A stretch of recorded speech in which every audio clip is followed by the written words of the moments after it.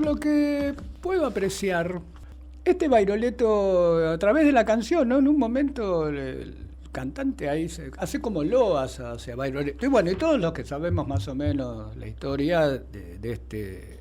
Para unos delincuente, para otros una especie de héroe popular, de leyenda en la cual se identificaban gente que delinquía, pero que contaba con el favor de un gran sector, sobre todo del pobrerío, como se decía en ese tiempo, ¿no? No dejemos que un expediente policial nuble la visión. Acá hay dos miradas. Una, obviamente, la de la policía. Si uno lee solamente los expedientes policiales, este era un delincuente terrible. ¿Se acuerda que hicimos un programa sobre Bairoleto? Sí. Donde narramos aparte un episodio en la zona de los Chihuidos, pero también dimos todo el contexto de cómo se inició su leyenda.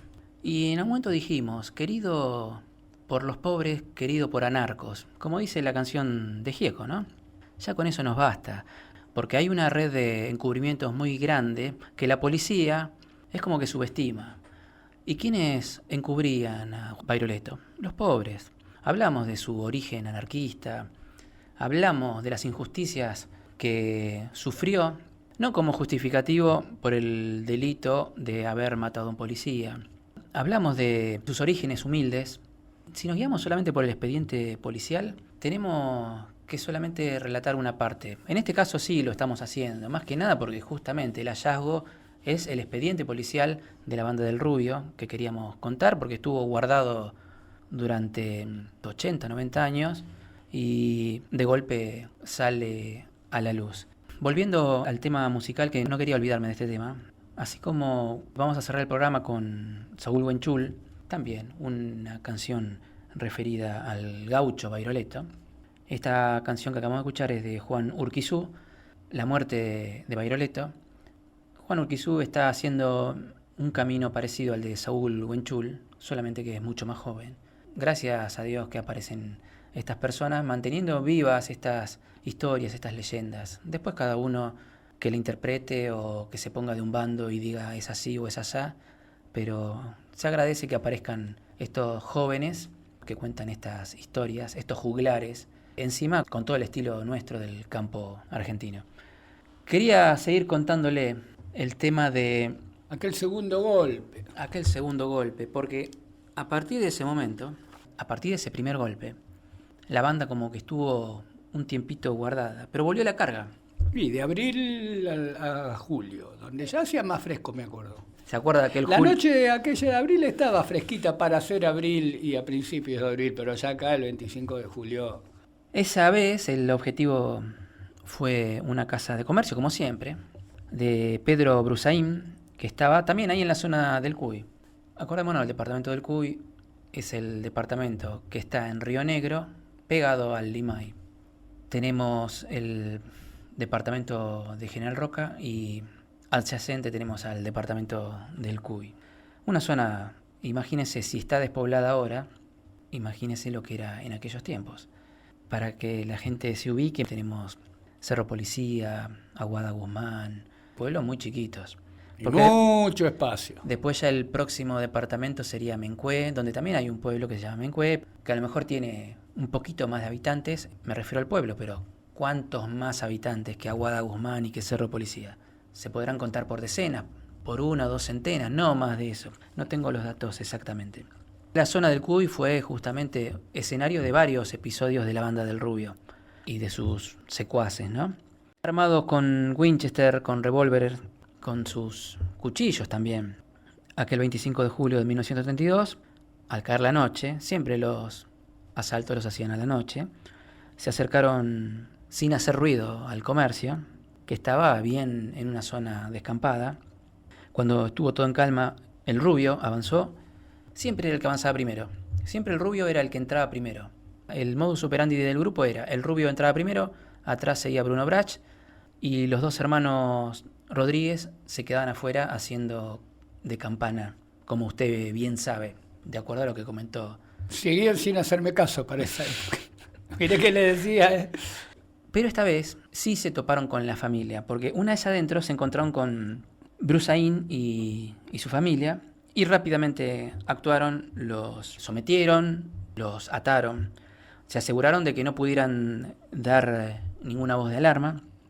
El rubio, demostrando frialdad y aparte demostrando experiencia en este tipo de casos, les dijo que si entregaban todo el dinero no iban a tener ni iban a sufrir ningún daño. Bueno, eso fue lo que pasó. Estuvieron ahí, más allá del dinero que les hayan entregado, estuvieron durante 3 horas con la familia Brusaín custodiada, atada. Estuvieron 3 horas revolviendo todo para ver de encontrar objetos de valor. Abandonando la idea del asalto express, digamos.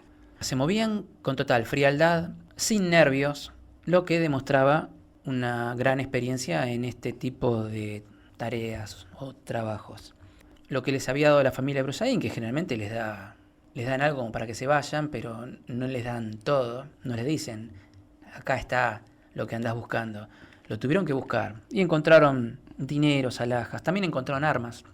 Ya cuando encontraron eso dijeron, ya está, listo, no hace falta más nada, estamos satisfechos, nos vamos. Y ahí decidieron escapar rápidamente, cargaron todo en bolsas, se prepararon para escapar tomando algunas precauciones adicionales. Por ejemplo, temían que los Brusaín les pudieran avisar a la policía, que alertaran a las autoridades.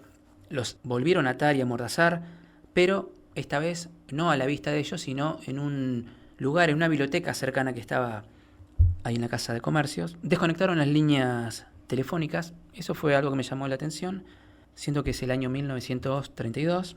Tenían línea telefónica ahí en medio del paraje donde estaba la Casa de Comercio. Después bloquearon las puertas. Todo eso para crear una especie de barrera temporal para darles tiempo suficiente para escapar. Necesitaban escapar de manera urgente. En el camino robaron 2 caballos de la propiedad de Camilo Canú, que era un vecino de la zona, no es que estaba ahí al lado. Ya lo tenían todo analizado.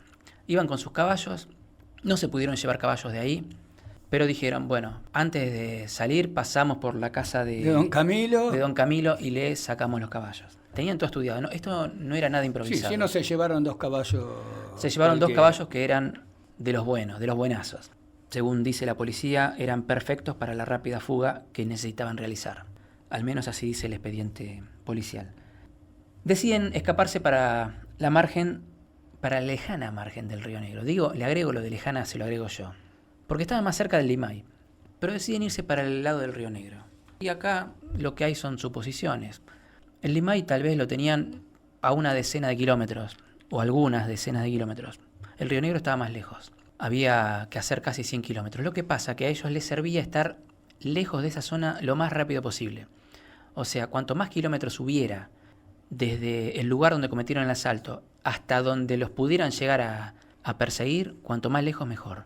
Y como estaba el camino que iba hacia la zona de Roca, les convenía escapar a todo galope por ahí, más allá de que fuera un camino mucho más largo. O sea, le iba a llevar muchas horas de galope llegar hasta orillas del Río Negro. Pero conociendo también la astucia, es probable que pensaran que el Limay iba a ser el primer lugar sospechoso de hacia donde podían dirigirse. Por lo tanto, dijeron, si van a pensar que nos vamos a ir rápido al Limay, nos vamos para el otro lado, porque han demostrado ser conocían bien muy la zona, hábiles. Estando lejos. Y aparte el Río Negro lo conocían muy bien y sabían por dónde pasar. Y el Limay, si bien estaba más cerca, tenían que hacer campo traviesa.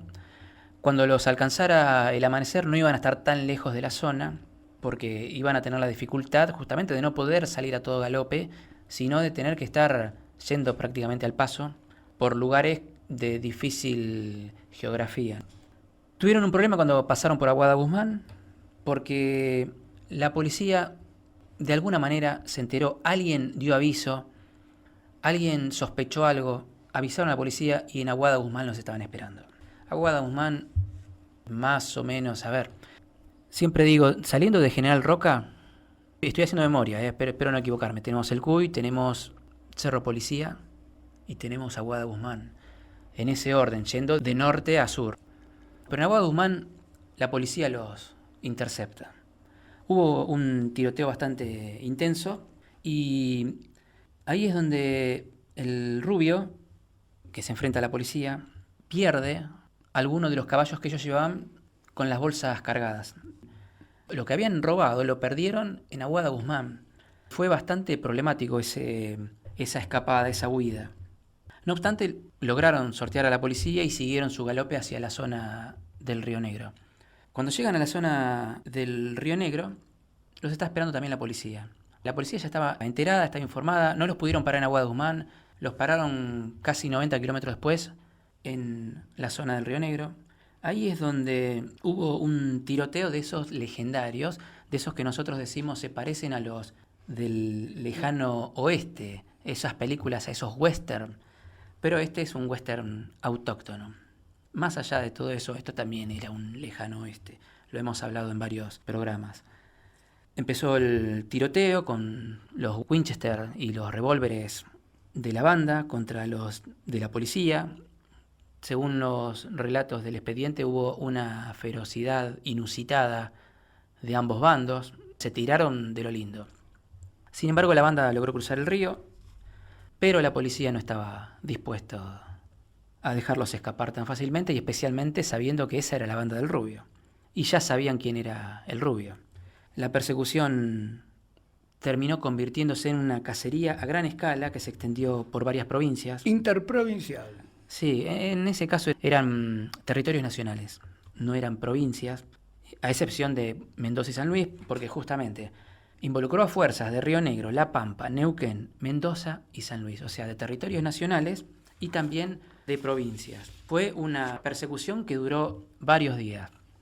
Pero fíjese una cosa, estos bandidos no eran fáciles, eran hueso duro de roer, estaban bien entrenados. Sabían un montón de trucos y estratagemas para poder evadir a la policía. Conocían el terreno como la palma de sus manos. Podían tomar rutas alternativas y engañar a la policía, dejar pistas falsas. Hemos hablado en algún programa, o mejor dicho, en el programa que hablamos de la historia de Bairoleto, que Bairoleto era un gaucho, y no era cualquier gaucho, era un vaquiano. Todo eso lo aprendió de chico. Lo aprendió en sus pagos allá en Eduardo Castec, también en Santa Fe, donde nació. Él sabía cómo crear pistas falsas para engañar a la policía. De hecho, esa estrategia la utilizó prácticamente a partir del momento que quedó prófugo, la utilizó toda su vida. Estuvo muchísimos años, casi 20, un poco más de 20, esquivando a la policía y dejándoles pistas falsas. Incluso momentos donde la policía lo tenía rodeado y de golpe él no estaba más, porque la pista que les dejó lo llevó hacia un lugar donde él ya no estaba. En este caso, esta banda que se venía escapando logró dejarle obstáculos a la policía, a las policías que los venían siguiendo. Les dejaron pistas falsas, les dejaban señales equivocadas, pero sobre todo había algo que la policía no podía controlar. Porque la policía también tenía sus rastreadores. Acá estamos hablando de una lucha entre rastreadores. El mejor vaquiano y rastreador de la época, Juan Bautista Bairoleto, contra los mejores rastreadores de la policía. Era una especialidad dentro de la policía, el oficio de rastreador. Y a pesar de eso, no pudieron atraparlo en ese momento. Pero había algo que la policía no podía controlar, que era la cantidad de gente que lo ayudaba a Juan Bautista Bairoleto. En los expedientes desmerecen, o sea, en realidad lo que hacen es como, primero que subestiman, y segundo, que lo tratan como algo despreciable. Pero por algo toda esta gente ayudaba a don Juan Bautista. Hablamos, dijimos en el bloque anterior, querido por los pobres, querido por anarcos. Él representaba la lucha contra una autoridad que oprimía a toda la gente pobre. Tanto la autoridad del Estado, la misma autoridad policial con sus excesos hacia todos ellos. Entonces, era muy querido entre la gente de los parajes, de los pueblos, de los lugares chicos especialmente. No había comisaría que no tuviera la foto de Juan Bautista Bairoleto, de recompensa, de buscado. Todo el mundo sabía que Bairoleto era prófugo de la justicia. Sin embargo, así todo, la gente lo ayudaba a escaparse, lo encubría. La cantidad de gente que encubrió a la banda del Rubio era tan grande que incluso más, superaba en cantidad de nombres a los mismos integrantes, pero por bastante. Había muchísima gente acusada de encubrir a Juan Bautista Bairoleto y a su banda. Y en algunos casos gente que ni siquiera tenía participación en los hechos del asalto, del robo, ni siquiera obtenía recompensa por el encubrimiento. Lo hacían de onda, digamos. Sabe que a la policía, por ejemplo, había un apodo en particular que era muy habitual en esos tiempos entre la gente de campo, que odiaba a la policía. Era los perros. Cuando hablaban, así como por ejemplo uno puede decir ahora la cana, la yuta, bueno, todos esos apodos. Yendo así en la historia, tira, botón, ¿no? Como el milico, como les llaman también comúnmente. En el caso de la gente del lugar, le decían los perros. Odiaban a la policía. La policía los trataba con desprecio y ellos ese desprecio se lo hacían notar, primero con esos apodos y segundo ayudando a la gente a la cual la policía buscaba. No pudieron agarrar en ese momento a la banda del Rubio, pero hubo un hecho que ocurrió tiempo después, que fue la captura de Bruno Brach, el alemán, el que tenía todos los alias, los apodos. El mágico, entre otros. Sí, el curandero, el mágico, el brujo. La cacería de la banda del Rubio empezó a dar frutos cuando capturan a Bruno Brach. Ese fue un golpe muy fuerte para la banda. Pero Bruno Brach fue detenido en la provincia de Mendoza, bastante lejos de los hechos que acabamos de narrar hace instantes. La policía de Mendoza estaba en colaboración con fuerzas de seguridad de otras provincias y territorios nacionales. Lo habían detectado, habían estado de cerca vigilándolo, viendo movimientos sospechosos de gente. No fueron y lo atraparon directamente, sino que esperaron el momento justo. Fue una operación que llevó semanas de planificación y coordinación entre diversas jurisdicciones. Fue un momento tenso, fue peligroso, porque Brach, cuando se dio cuenta de que su captura era inminente, empezó a moverse de un lugar a otro, tratando de evadir, aplicando todo el conocimiento que había aprendido con Juan Bautista Bairoleto, pero finalmente fue localizado en una casa de campo. La policía lo rodeó, Brach intentó escapar. Fue bastante duro. El expediente no habla de tiroteos, pero sí habla de que fue tenso y peligroso. Brach fue sometido a un intenso interrogatorio. Intentó mantener el silencio, pero la presión constante. No era fácil sostener el silencio frente a la presión constante, eufemismo. Sí, yo no quiero decir que lo torturaron, pero tuvo que, ¿cómo se le dice en la jerga? Cantar. Y si uno se aferra al expediente, le tuvieron que pegar un cachetazo para que hable y varios para que se calle. Finalmente, gracias a la confesión de Bruno Brach, se llegó a... Completa confesión. Se llegó a los otros miembros de la banda, a excepción del Rubio, a la excepción de Juan Bautista Bairoleto. A ese no lo pudieron agarrar. Tuvieron que pasar casi 9 años en otro episodio, en Mendoza. Este fue un episodio que mantuvo en vilo a toda la población, porque después el juicio que se le hizo a los integrantes de la banda, y ahí es donde nosotros nos asombramos por la cantidad de gente que fue a juicio, no por cometer los hechos, sino por encubrir los hechos. Nos vamos porque nos está esperando afuera acá la delegación policial, que yo no quise decir, pero a usted lo esposó, más que nada para que usted no se escapara. Estoy atado a la silla. Por lo menos tuvieron la amabilidad de dejarlo terminar el programa. Amarrocado. Nos vemos en el próximo programa. El próximo sábado.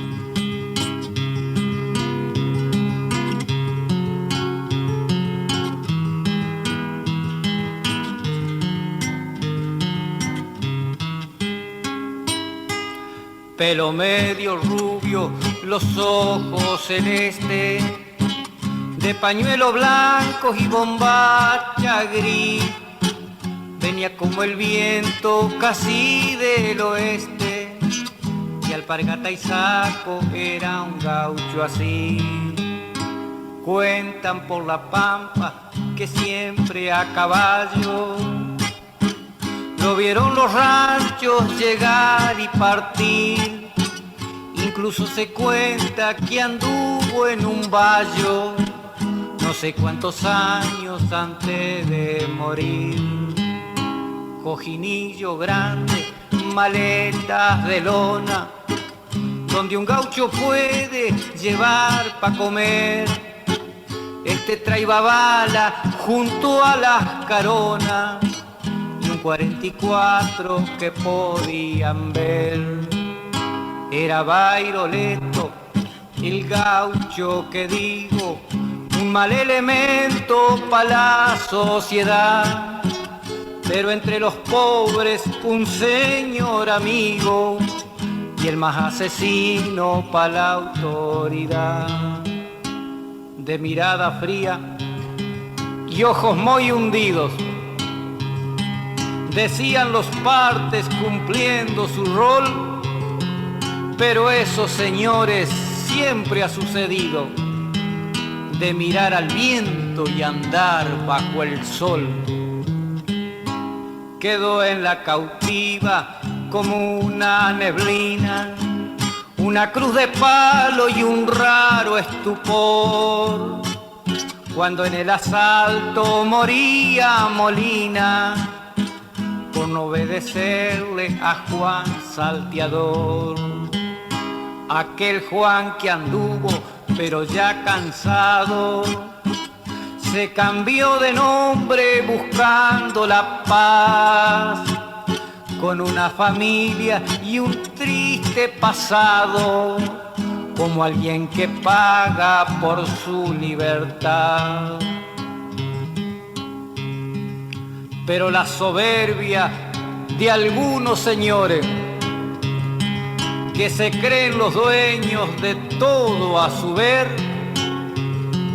son los responsables de muchos dolores que un gaucho en la vida puede cometer. No es lo mismo, digo, hablar de justicia que hablar de soberbia o de autoridad. Autoritarismo es casi injusticia y casi injusticia es ferocidad. Septiembre 14 del 41, recién por el este comienza a aclarar. Los teros alerta parecen cebrunos, puntitos de sombra que entran a gritar. 10 armas de fuego que apuntan a un rancho. Son 10 policías que esperan triunfal, que esperan, repito, con ojo y carancho, a un gaucho que duerme su sueño final. Rodríguez ha dicho: che Juan, anda gente, despierta el matrero, ya no puede huir, porque una tormenta de plomos calientes le queman el cuerpo y lo ven morir. Por la puerta del rancho se asoman 2 niñas, 2 niñas que miran sin llanto ni voz. Una esposa grita con fuerza de campiña: mangas de asesino, váyanse por Dios. En el patio yace y en sangre bañado el gaucho que hace años dio muerte a Pará. Y allá por el este, un tanto clisado, el sol reciencito asomando está.